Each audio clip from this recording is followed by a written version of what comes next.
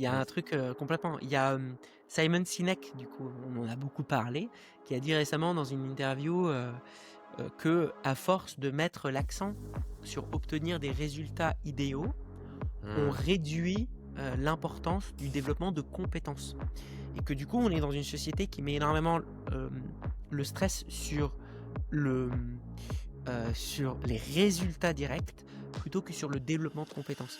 Et ce qu'on va voir, c'est que du coup, on va arriver au bout d'un certain temps à une génération où la majorité n'auront pas développé les compétences nécessaires pour s'en sortir. Donc il va y avoir un gros gap entre ceux qui sont interdépendants et sont dépendants directs des outils en question, ou ceux qui ont réussi à s'auto-prompter, à passer par cette frustration-là, par les difficultés, par, comme tu l'as dit, espèce de moment de ça marche pas, ça marche pas, etc. Mais ça d'ailleurs on le remarque partout, hein. On réalise que une étude en Angleterre avait montré que les couples les plus stables n'étaient pas les couples qui ne s'engueulaient jamais, qui avaient un nombre minimum d'engueulades à avoir pour que le couple soit stable. Trop d'engueulades, ça cassait le couple. Pas assez, ça cassait le couple aussi parce que ça voulait dire qu'il y avait énormément de sous-entendus et qu'il n'y avait pas Mmh. assez de vrais clashs, donc de contexte, de grandissement des deux personnes.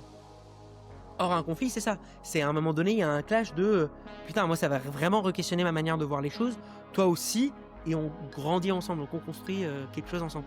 Mais on est obligé de passer par ces espèces de moments difficiles pour pouvoir obtenir quelque chose qui est sain sur le long terme et qui est agréable. Alors que si on essaye juste de privilégier la réponse immédiate, le soudaineté, le je pose une question et j'obtiens immédiatement ou j'arrive à trouver la réponse parfaite qui va pas énerver l'autre, ben on perd cette capacité de résilience-là Mmh. et on perd notre patience par rapport au monde et par rapport à la manière dont les choses se passent.